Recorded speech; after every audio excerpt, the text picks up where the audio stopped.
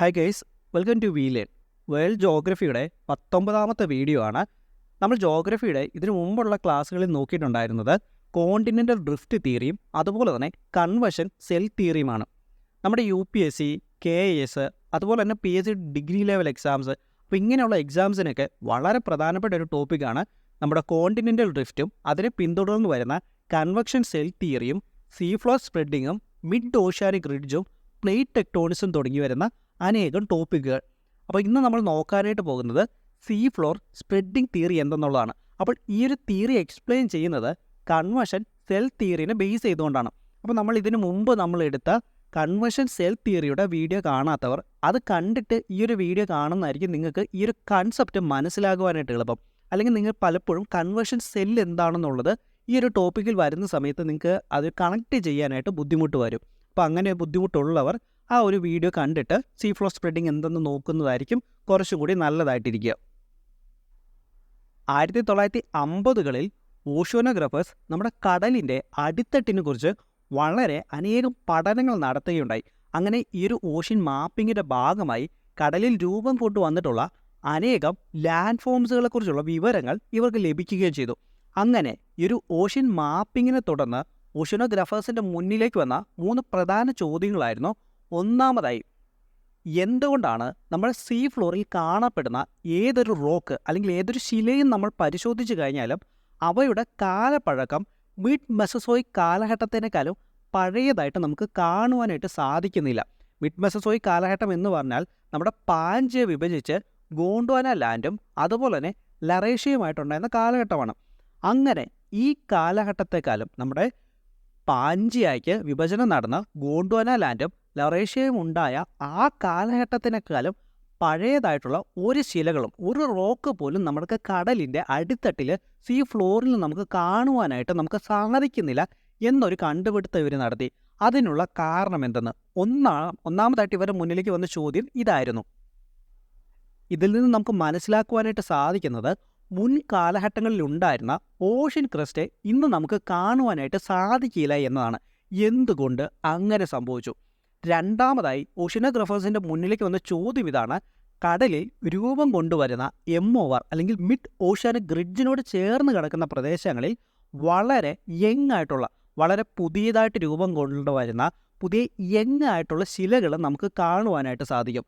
എന്നാൽ mid oceanic റിഡ്ജിൽ നിന്നും നമ്മൾ ദൂരയിലേക്ക് പോകുന്തോറും നമ്മുടെ ശിലകളുടെ അല്ലെങ്കിൽ റോക്കുകളുടെ പ്രായം കൂടി വരുന്നതായിട്ട് നമുക്ക് കാണുവാനായിട്ട് സാധിക്കും. അതായത് MOR മിഡ് ഓഷ്യാനിക് റിഡ്ജിനോട് ചേർന്ന് വരുന്ന പ്രദേശങ്ങളിൽ ശിലകൾക്ക് പ്രായം കുറവും MORൽ നിന്നും ദൂരെ പോകുന്ന സമയത്ത് ശിലകളുടെ പ്രായം കൂടി വരുന്നതായിട്ട് നമുക്ക് കാണുവാനായിട്ട് സാധിക്കും. എന്തുകൊണ്ട് ഇങ്ങനെ സംഭവിക്കുന്നു എന്നതാണ് രണ്ടാമതായി ഓഷ്യാനോഗ്രാഫേഴ്സിൻ്റെ മുന്നിലേക്ക് വന്ന രണ്ടാമത്തെ ചോദ്യം എന്ന് പറയുന്നത്. അപ്പം ഇതിൽ MOR അല്ലെങ്കിൽ മിഡ് ഓഷ്യാനിക് റിഡ്ജ് എന്തെന്നറിയാത്തവർക്കായിട്ട് MORനെ കുറിച്ച് വളരെ ഡീറ്റെയിൽ ആയിട്ട് നമുക്ക് പഠിക്കാനുണ്ട്. അപ്പോൾ അത് നമുക്ക് വരുന്നൊരു ക്ലാസ്സിൽ നോക്കാം. എന്താണ് MOR എന്നുള്ളതും അതിൻ്റെ ഫീച്ചേഴ്സ് എന്തൊക്കെയാണെന്നുള്ളതും ഒക്കെ നമുക്ക് വരുന്നൊരു ക്ലാസ്സിൽ വളരെ ഡീറ്റെയിൽ ആയിട്ട് നോക്കാം. എങ്കിലും വളരെ ബേസിക് ആയിട്ട് നിങ്ങൾ മിഡ് ഓഷ്യാനിക് റിഡ്ജിനെ കുറിച്ച് ഇങ്ങനെ ഓർക്കുക. നമ്മൾ കൺവേർഷൻ സെല്ലുകൾ പറഞ്ഞ സമയത്ത് പറഞ്ഞായിരുന്നു, കൺവേർഷൻ സെല്ലിൻ്റെ റൈസിംഗ് ലിംബിൽ വെച്ചുകൊണ്ട് 2 പ്ലേറ്റുകൾക്ക് ഡൈവേർജൻസ് സംഭവിക്കും. അല്ലെങ്കിൽ ഒന്നല്ലെങ്കിൽ ഒരു പ്ലേറ്റ് ആയിട്ടാണ് ഇരിക്കുന്നതെങ്കിൽ അത് ഒടിഞ്ഞ് രണ്ടായിട്ട് 2 ദിശകളിലേക്ക് സംഭവിക്കും. അപ്പോൾ അവിടെ ഒരു വിടവ് വരുമല്ലോ. ആ വിടവ് വരുന്ന സമയത്ത് നമ്മൾ എന്ത് ചെയ്യും? നമ്മുടെ ഭൂമിക്കടിയിലുള്ള മാഗ്മ ആ വിടവ് വഴി മുകളിലേക്ക് വരികയും ഈ ഒരു പ്രദേശത്ത് വന്ന് ഈ മാഗ്മ ഫില്ലായിക്കൊണ്ട് വോൾക്കാനിക് ആക്ടിവിറ്റി നടക്കുകയും ഇവഞ്ച്വലി എന്തുണ്ടാകും? ഇവഞ്ച്വലി അവിടെ ഒരു മൗണ്ടൻ രൂപം കൊണ്ടുവരികയും ചെയ്യും. അങ്ങനെ രൂപം കൊണ്ടുവരുന്ന മൗണ്ടനെയാണ് നമ്മൾ മിഡ് ഓഷ്യാനിക് റിഡ്ജ് എന്ന് വിളിക്കുന്നത്. അതുണ്ടാകുന്നത് നമ്മുടെ കടലിലാണ്, കടലിൻ്റെ മധ്യത്തിലായിട്ടാണ് ഇത് കാണപ്പെടുന്നത്. അപ്പോൾ അതുകൊണ്ടാണ് നമ്മളിതിനെ മിഡ് ഓഷ്യാനിക് റിഡ്ജ് എന്ന് വിളിക്കുന്നത്. 2 പ്ലേറ്റുകൾക്ക് ഡൈവേർജൻസ് സംഭവിക്കുന്നു. ഡൈവേർജൻസ് സംഭവിക്കുന്ന സമയത്ത് അവിടെ ഗ്യാപ്പ് വരുന്നു. ആ ഗ്യാപ്പിൽ ഭൂമിക്കടിയിലുള്ള മാഗ്മ വന്ന് ഫില്ലാകുന്നു, വോൾക്കാനിക് ആക്ടിവിറ്റി നടക്കുന്നു. അങ്ങനെ ഈ വോൾക്കാനിസം കാരണം ആ മാഗ്മ വന്ന് തണുത്തുറഞ്ഞ് അവിടെ എന്തുണ്ടായി മാറുന്നു? അവിടെ ഒരു മലനിരകളായിട്ട് മാറുന്നു. ഇതിനെയാണ് നമ്മൾ മിഡ് ഓഷ്യാനിക് റിഡ്ജ് എന്ന് വിളിക്കുന്നത്. തൽക്കാലം ഇത്ര മാത്രം നിങ്ങൾ MORനെ കുറിച്ച് ഇപ്പോൾ പഠിച്ചു വെക്കുക. ബാക്കിയൊക്കെ ഡീറ്റെയിൽ ആയിട്ട് വരുന്നൊരു ക്ലാസ്സിൽ നമുക്ക് ഡിസ്കസ് ചെയ്യാമേ. ഇനി മൂന്നാമതായി നമ്മുടെ ഓഷ്യാനോഗ്രാഫേഴ്സിൻ്റെ മുന്നിലേക്ക് വന്ന ചോദ്യം ഇതായിരുന്നു. നമ്മുടെ സീ ഫ്ലോറിൽ ട്രെഞ്ചസുകൾ അല്ലെങ്കിൽ കിടങ്ങുകളോട് ചേർന്ന് കാണപ്പെടുന്ന സീ മൗണ്ടൻസ് അല്ലെങ്കിൽ കടലിലെ മലനിരകൾക്ക് അത് ഡിഫോം ആകാനും അത് നശിച്ചു പോകാനുമുള്ള കാരണം എന്തത്? അതായത് നമുക്ക് സീ ഫ്ലോറിൽ ട്രെഞ്ചസുകൾ കാണപ്പെടുന്നുണ്ട്. ഈ ട്രെഞ്ചസിനോട് ചേർന്ന് കാണപ്പെടുന്ന സീ മൗണ്ടൻസ് അല്ലെങ്കിൽ ചെറിയ ചെറിയ കടലിലെ മലനിരകൾ അതിന് ഡിഫോമേഷൻ സംഭവിക്കാനും അത് ഡെസ്ട്രോയ് അത് നശിച്ചു പോകാനുള്ള കാരണം എന്തെന്നുള്ളതാണ് മൂന്നാമതായിട്ട് ഇവരുടെ മുന്നിലേക്ക് വന്ന ചോദ്യം. അങ്ങനെ ഈ 3 ചോദ്യങ്ങൾക്കും ഉത്തരം നൽകിയത് നമ്മുടെ മുമ്പത്തെ ക്ലാസ്സിൽ നമ്മൾ പഠിച്ച ആർതർ ഹോംസിൻ്റെ കൺവെക്ഷൻ സെല്ല് തിയറി വെച്ചുകൊണ്ട് ഹെൻറി ഹെസും ഡയസും ചേർന്നുകൊണ്ടാണ്. നമ്മുടെ കൺവെക്ഷൻ സെല്ലിൻ്റെ റൈസ് ലിംബ് വരുന്ന ഭാഗങ്ങളിലാണ് മിഡ് ഓഷ്യാനിക് റിഡ്ജ് രൂപം കൊള്ളുന്നതെന്നും ഇവിടെയാണ് നമുക്ക് ഏറ്റവും പുതിയ ശിലകൾ യങ്ങസ്റ്റ് ആയിട്ടുള്ള റോക്കുകൾ കാണുവാനായിട്ട് സാധിക്കുന്നതെന്നും ഇവർ പറഞ്ഞു. കൺവെക്ഷൻ സെല്ല് പറഞ്ഞ സമയത്ത് നമ്മൾ പറഞ്ഞായിരുന്നു കൺവെക്ഷൻ സെല്ലിൻ്റെ റൈസ് ലിംബ് വരുന്നിടത്താണ് അതിന് മുകളിലായിട്ടുള്ള പ്ലേറ്റിന് ബ്രേക്കിംഗ് സംഭവിക്കുമെന്നും അങ്ങനെ ബ്രേക്കിംഗ് സംഭവിച്ച് രണ്ടായിട്ട് മുറിഞ്ഞു മാറി ഈ ഒരു ഭാഗത്ത് അണ്ടർ വാട്ടർ വോൾക്കേനിസം നടക്കും. കാരണം എന്താണ്? നമുക്ക് പ്ലേറ്റുകൾ രണ്ടായിട്ട് വിഭജിക്കുന്നുണ്ട്. സ്വാഭാവികമായിട്ടും ഭൂമിക്കടിയിലുള്ള മാഗ്മ ഇവിടെ വന്ന് നിറയും. അങ്ങനെ അണ്ടർ വാട്ടർ വോൾക്കേനിസം നടക്കുകയും സ്വാഭാവികമായിട്ടും ഈ വോൾക്കേനോ വരുന്ന സമയത്ത് എന്താണ്? അത് പിന്നീട് പുതിയ ശിലകളായിട്ട് മാറുകയും ചെയ്യും. അതുകൊണ്ട് തന്നെ മിഡ് ഓഷ്യാനിക് റിഡ്ജ് രൂപം കൊള്ളുന്നിടത്ത് പുതിയ ശിലകൾ കാണുന്നതിനുള്ള റീസൺ എന്താണെന്ന് ഇതിലൂടെ ഇവർ എക്സ്പ്ലെയിൻ ചെയ്യുന്നു. കാരണം കൺവെക്ഷൻ സെല്ലിൻ്റെ റൈസിംഗ് ലിംബ് വരുന്ന ഭാഗത്ത് പ്ലേറ്റുകൾ രണ്ടായിട്ട് വിഭജിച്ച് മാറുന്നു. സ്വാഭാവികമായിട്ടും നമുക്ക് ഭൂമിക്കടിയിലുള്ള മാഗ്മ ഇതിലൂടെ പുറത്തു വരുന്നു. അണ്ടർ വാട്ടർ വോൾക്കേനിസം നടക്കുന്നു. സ്വാഭാവികമായിട്ടും ഇവിടെ മിഡ് ഓഷ്യാനിക് റിഡ്ജ് രൂപം കൊള്ളുന്നു. അതുമല്ല, നമ്മുടെ അണ്ടർ വാട്ടർ വോൾക്കേനിസം നടക്കുന്നതിൻ്റെ ഫലമായി ഇവിടെ പുതിയ ശിലകൾ രൂപം കൊള്ളുകയും ചെയ്യുന്നു. കാരണം ഭൂമിക്കടിയിലുള്ള മാഗ്മ വരുന്നു, അത് തണുത്തുറഞ്ഞ് പുതിയ ശിലകൾ അല്ലെങ്കിൽ പുതിയ യങ്ങസ്റ്റ് ആയിട്ടുള്ള റോക്കുകളായിട്ട് രൂപം മാറുകയും ചെയ്യുന്നു.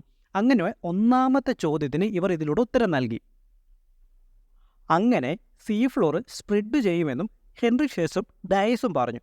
അതേസമയം തന്നെ മിഡ് ഓഷ്യാനിക് റിഡ്ജ് പോലെ തന്നെ ഈ റൈസിംഗ് ലിംബ് ഉള്ളതുപോലെ തന്നെ നമുക്ക് ട്രെഞ്ചസും ഉണ്ട്. ഈ ട്രെഞ്ചസ് കാണപ്പെടുന്നത് കൺവെക്ഷൻ സെല്ലിൻ്റെ ഡിസെൻഡിങ് ലിംബ് വരുന്ന ഭാഗത്താണെന്ന് പറഞ്ഞു. അപ്പോൾ ഈ ഡിസെൻഡിങ് ലിംബ്, റൈസിംഗ് ലിംബ് ഇതൊക്കെ എന്തെന്ന് അറിയണമെങ്കിൽ അല്ലെങ്കിൽ ഇത് അറിയത്തില്ല എങ്കിൽ നിങ്ങൾ ദയവ് ചെയ്ത് ആ കൺവെക്ഷൻ സെല്ലിൻ്റെ വീഡിയോ കാണുക കേട്ടോ. അതിനകത്ത് ഇതൊക്കെ വളരെ ഡീറ്റെയിൽ ആയിട്ട് നമ്മൾ എക്സ്പ്ലെയിൻ ചെയ്തിട്ടുണ്ട്. ഓക്കെ, അപ്പം മറ്റൊരു അർത്ഥത്തിൽ പറയുകയാണെങ്കിൽ ഈ ഡിസെൻഡിങ് ലിംബ് വരുന്ന ഭാഗത്തായിരിക്കും പ്ലേറ്റുകൾ തമ്മിൽ കൊളീഷൻ നടക്കുകയെന്നും ആ കൊളീഷൻ്റെ ഫലമായി ഓഷ്യാനിക് പ്ലേറ്റിന് സബ്ഡക്ഷൻ സംഭവിക്കുമെന്നും മാൻഡിലിലേക്ക് പോകുമെന്നും പറഞ്ഞു. ഈ മാൻഡിലിൽ ഉയർന്ന താപനിലയുടെ ഫലമായി നമ്മുടെ ഈ പോകുന്ന പ്ലേറ്റുകൾ മെൽറ്റ് ചെയ്യപ്പെടുമെന്നും തുടർന്ന് നശിച്ചു പോകുമെന്ന് പറഞ്ഞു. അങ്ങനെ ഇതിലൂടെ ഇവർ പറഞ്ഞു മിഡ് ഓഷ്യാനിക് റിഡ്ജിൽ പുതിയ ഓഷ്യാനിക് ക്രസ്റ്റ് എങ്ങനെ രൂപമെടുക്കുന്നോ അതുപോലെ തന്നെ ട്രെഞ്ചസിൽ വെച്ച് പഴയ ഓഷ്യാനിക് ക്രസ്റ്റ് നശിച്ചു പോകുമെന്നും പറഞ്ഞു. നമ്മൾ നേരത്തെ പറഞ്ഞതുപോലെ തന്നെ കൺവെക്ഷൻ സെല്ലിൻ്റെ റൈസിംഗ് ലിംബ് വരുന്ന ഭാഗങ്ങളിൽ എന്ത് സംഭവിക്കും? പുതിയ ശിലകൾ രൂപം കൊണ്ടുവരും. കാലം മാറുന്നതിനനുസരിച്ച് കൺവെക്ഷൻ സെല്ല് സഞ്ചരിക്കുന്നതിനനുസരിച്ച് ഈ ശിലകൾ നമ്മുടെ സീ ഫ്ലോർ സ്പ്രെഡ് ചെയ്യുന്നതിനനുസരിച്ച് ഈ ശിലകൾ നമ്മുടെ കൺവെക്ഷൻ സെല്ലിൻ്റെ സഞ്ചാരത്തിനനുസരിച്ച് നീങ്ങുകയും അങ്ങനെ ഡിസെൻഡിങ് ലിംബ് വരുന്നിടത്ത് എത്തിച്ചേരുന്ന സമയത്തേക്ക് സ്വാഭാവികമായിട്ടും ആ ശിലകൾക്ക് പ്രായം കൂടിയിട്ടുണ്ടായിരിക്കും. അതുപോലെ തന്നെ ഇത് സഞ്ചരിക്കുന്ന സമയത്ത് പുതിയ ശിലകൾ മിഡ് ഓഷ്യാനിക് റിഡ്ജിൽ ഡെപ്പോസിറ്റും ചെയ്തുകൊണ്ടിരിക്കും. അപ്പോൾ ഇതുകൊണ്ടാണ് മിഡ് ഓഷ്യാനിക് റിഡ്ജ് വരുന്ന ഭാഗങ്ങളിൽ പുതിയ ശിലകൾ കാണപ്പെടുന്നതും അതുപോലെ തന്നെ അതിൽ നിന്നും ദൂരെ പോകുന്ന സമയത്ത് ശിലകളുടെ പ്രായം കൂടി വരുന്നതും. കൂടാതെ എന്തുകൊണ്ടാണ് മിഡ് മെസോസോയിക് എറയിനെക്കാളും പഴയ ശിലകൾ നമുക്ക് കാണുവാൻ സാധിക്കാത്തത് എന്നാൽ ഇതിങ്ങനെ സഞ്ചരിച്ച് ഡിസെൻഡിങ് ലിംബ് വരുന്ന ഭാഗത്ത് എത്തിച്ചേരുന്ന സമയത്തേക്ക് പ്ലേറ്റുകൾ തമ്മിൽ കൂട്ടിയിടിക്കുകയും ഓഷ്യാനിക് ക്രസ്റ്റ് ഇതിനടിയിലേക്ക് താഴ്ന്നു പോവുകയും ചെയ്യും. അങ്ങനെ അത് നശിച്ചു പോവുകയും ചെയ്യും. അതുകൊണ്ടാണ് മിഡ് മെസോസോയിക് എറയിനെക്കാളും പഴയ ഓഷ്യാനിക് ക്രസ്റ്റ് നമുക്ക് അല്ലെങ്കിൽ സീ ഫ്ലോർ നമുക്ക് കാണുവാനായിട്ട് നമുക്ക് സാധിക്കാത്തതെന്ന് ഡയറ്റ്സും അതുപോലെ തന്നെ ഹെൻറി ഹെസും നമുക്ക് ഇതിലൂടെ എക്സ്പ്ലെയിൻ ചെയ്ത് തന്നു. ഓക്കെ, ഇനി അടുത്ത വരുന്ന വീഡിയോയിൽ നമുക്ക് എന്താണ് മിഡ് ഓഷ്യാനിക് റിഡ്ജ് എന്നുള്ളത് വളരെ ഡീറ്റെയിൽ ആയിട്ട് എക്സ്പ്ലെയിൻ ചെയ്ത് തരാം. അപ്പോൾ ഈ ഒരു പോർഷനിൽ നിന്ന് അനേകം ചോദ്യങ്ങൾ നമുക്ക് വരും. മിഡ് ഓഷ്യാനിക് റിഡ്ജിനോട് ചേർന്ന് പുതിയ അതായത് യങ്ങസ്റ്റ് ആയിട്ടുള്ള റോക്സുകളാണോ, ഓൾഡസ്റ്റ് ആയിട്ടുള്ള റോക്സുകളാണോ, മിഡ് മെസോസോയിക് എറയിനേക്കാളും പഴയ ശിലകൾ നമുക്ക് സീ ഫ്ലോറിൽ കാണാനായിട്ട് സാധിക്കും. അങ്ങനെയുള്ള അനേകം ഫാക്ച്വൽ ആയിട്ടുള്ള ചോദ്യങ്ങൾ. അതുപോലെ ട്രെഞ്ചസിനോട് ചേർന്നിട്ട് മൗണ്ടൻസിന് എന്താണ് സംഭവിക്കുക? അത് ഡിഫോം സംഭവിക്കുമോ, ഡെസ്ട്രോയ് ആകുമോ, അതോ അതിനൊന്നും സംഭവിക്കുക അല്ലെങ്കിൽ രൂപം കൊള്ളുമോ? അപ്പോൾ ഈ രീതിയിലുള്ള പല രീതിയിലുള്ള ചോദ്യങ്ങൾ വരും. അതുപോലെ തന്നെ എന്തുകൊണ്ടാണിത് ട്രെഞ്ചസിനോട് ചേർന്നിട്ടുള്ള മൗണ്ടൻസ് നശിച്ചു പോകുന്നത്? അവിടെ സബ്ഡക്ഷൻ നടത്തുക, കൂട്ടിയിടി ഉണ്ടാകുക, എർത്ത്ക്വേക്സ് നടക്കുക, അങ്ങനെയുള്ള പല പ്രതിഭാസങ്ങൾ അതിന് റീസണായിട്ട് മാറുന്നുണ്ട്. അതൊക്കെ നമ്മൾ എക്സ്പ്ലെയിൻ ചെയ്തായിരുന്നു. ഓക്കെ, ഞാൻ വീഡിയോ കൺക്ലൂഡ് ചെയ്യുന്നതിന് മുമ്പ് നമ്മുടേത് വളരെ ചെറിയൊരു ചാനലാണ്. നിങ്ങൾക്ക് വീഡിയോയിൽ എന്തെങ്കിലും കൺസെപ്റ്റ് മനസ്സിലാകാത്തോ എന്തെങ്കിലുമൊക്കെ കാര്യങ്ങളുണ്ടെങ്കിൽ നിങ്ങളത് എൻ്റെ അടുത്ത് ചോദിക്കുക. അതുപോലെ തന്നെ ഈ ഒരു ടോപ്പിക്ക് മനസ്സിലാകണമെങ്കിൽ കൺവെക്ഷൻ സെല്ലുകൾ എന്തെന്ന് പഠിച്ചു കഴിഞ്ഞാൽ മാത്രമേ മനസ്സിലാകത്തുള്ളൂ. അതാരെങ്കിലും പഠിച്ചിട്ടില്ല എങ്കിൽ ഡെഫിനറ്റ്ലി അത് പോയി കാണും കേട്ടോ. ഞാൻ വീഡിയോ അവസാനിപ്പിക്കുന്നതിന് മുമ്പ് നമ്മുടെ വളരെ ചെറിയൊരു ചാനലാണ്. നിങ്ങളുടെയൊക്കെ സപ്പോർട്ട് ഉണ്ടെങ്കിൽ മാത്രമേ നമുക്ക് മുന്നോട്ട് പോകാനായിട്ട് സാധിക്കുകയുള്ളൂ. ആരെങ്കിലും ചാനൽ സബ്സ്ക്രൈബ് ചെയ്തിട്ടില്ലെങ്കിൽ സബ്സ്ക്രൈബ് ചെയ്ത് ഹെൽപ്പ് ചെയ്യണം കേട്ടോ. താങ്ക്